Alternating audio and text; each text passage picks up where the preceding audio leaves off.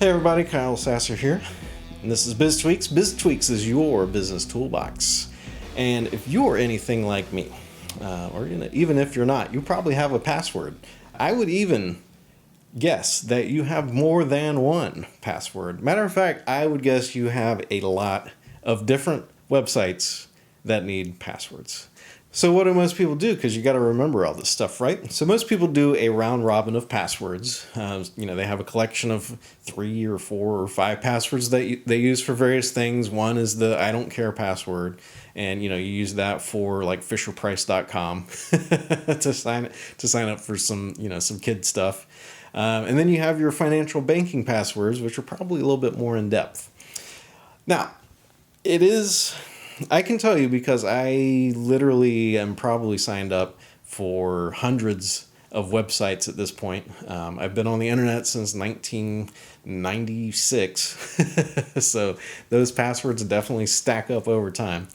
Now, one key ingredient is that it's bad to use the same password on multiple websites. And the reason why is if one of those websites get hacked, it is very common for those hackers to take that username and password and then try it on a whole bunch of other sites to try to gain access to those as well. They're going to try that same username and password on major banks. They're going to try it on all the major email platforms. If you're using the same password for your Gmail or Yahoo or whatever your email is, if you're using that same password anywhere else, you're definitely at very high risk. And the reason why is if hackers gain access to your email, basically every account that you have signed up that uses that email, like they can reset the password because you've probably had to do a password reset. They send the password reset to the email, and if they are in your email box already, they can reset your password to whatever they want it to be. So so tip number 1, make sure that your email passwords are very secure, very, very, very secure. So if you need to use a lot of different passwords, then the problem becomes, how do you remember all these things? I don't even want to give credence to it, but I feel that it does need to be mentioned, is the Post-it note on the monitor or the legal pad inside the drawer next to the computer. These are very common, but also very high risks of keeping multiple passwords. The main thing is you don't know who has seen those passwords. Even if it's in your house, you don't know who has been in that drawer to take a look. Just very insecure, and it's hard to track that stuff as well. Personally, I have been using what is usually called a password manager for about 10 years now. And there's typically 2 types. There's standalone programs, and then there is more of a browser-based password manager. Now, before you ask if keeping it on a ledger in a drawer or stuck on a Post-it to the monitor is bad, surely storing the passwords in a computer is horrible. And the answer is sometimes it is. I do know people who store passwords in an Excel file on their computer. That is absolutely horrible. It's so easy for a hacker to just search for that, steal that entire file, and then you are really up a creek without a paddle, because now you're trying to rush and change all those passwords if you even know a hacker stole it in the first place. The problem with Excel is it's not encrypted. It's just out there, and you can easily search it and index it and steal that file. The password managers that I'm talking about, and there's 2. So I have used KeepPast, which is KeePass. I'll put a link to that below. That is the standalone program, and I currently use LastPass, which is LastPass. I'll put a link to that down below, and that's more of the integrated browser password keeper. So both of these do keep all of the passwords behind locked doors, so to speak, and also encrypted. So KeepPast, the file is stored on your computer, but it's heavily encrypted. It's one of those encryptions that would take hundreds of years to try to crack. It's not quite as it's one of the first ones that was designed, and it's not quite as user-friendly as LastPass. It does integrate with the browser, but it's a little clunky. Honestly, I use KeepPast a lot more for personal secure items, so think like business documents or filing numbers or anything like that. A lot of that goes into my KeepPast stuff now. And then LastPass I use for my online passwords. It's pretty easy. You just go to lastpass.com. it'll download a thing to integrate with your browser. And then whenever you go to a username and password, there will be a little, symbol over there on the right side of the fields. And you click on it and it fills in your username and password. So you initially have to tell it what the username and password is.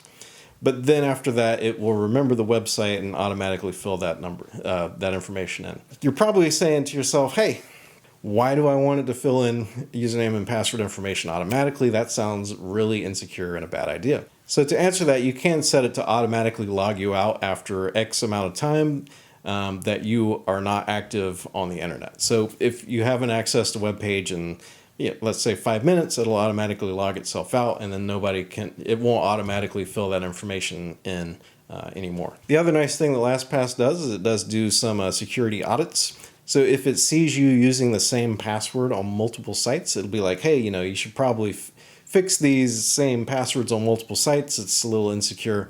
And then as an added bonus, it also makes password generation very easy. So whenever you go and sign up for a new website or service, you can fill in the username there, your email address, and then the password area, there will be a button over there where LastPass will automatically generate an in-depth and secure password for you. And a little bit of a downfall because it's very hard to remember a password with, like X asterisk, uppercase Q, T, exclamation point, tilde, like all these symbols. Very hard to memorize that, to be able to manually type it in. But that is overcome by the fact that it is integrated into the browser. And there are also mobile apps, for Android and iOS where you can log in there and be able to access it there. It's a much more secure way of doing it than using the same password on multiple websites, or keeping the legal pad in the drawer next to the next to the computer. I've used them for 10 years. LastPass, to my knowledge, has not had a complete breach where the information was obtained by hackers. It is obviously a pretty juicy target, but their security is such that has not happened so far as I know. If something else has happened, please leave me a comment below. I'd love to read it. I know there was a small compromise about a year or so ago, but it wasn't anything tremendously significant where the passwords were exposed or anything like that.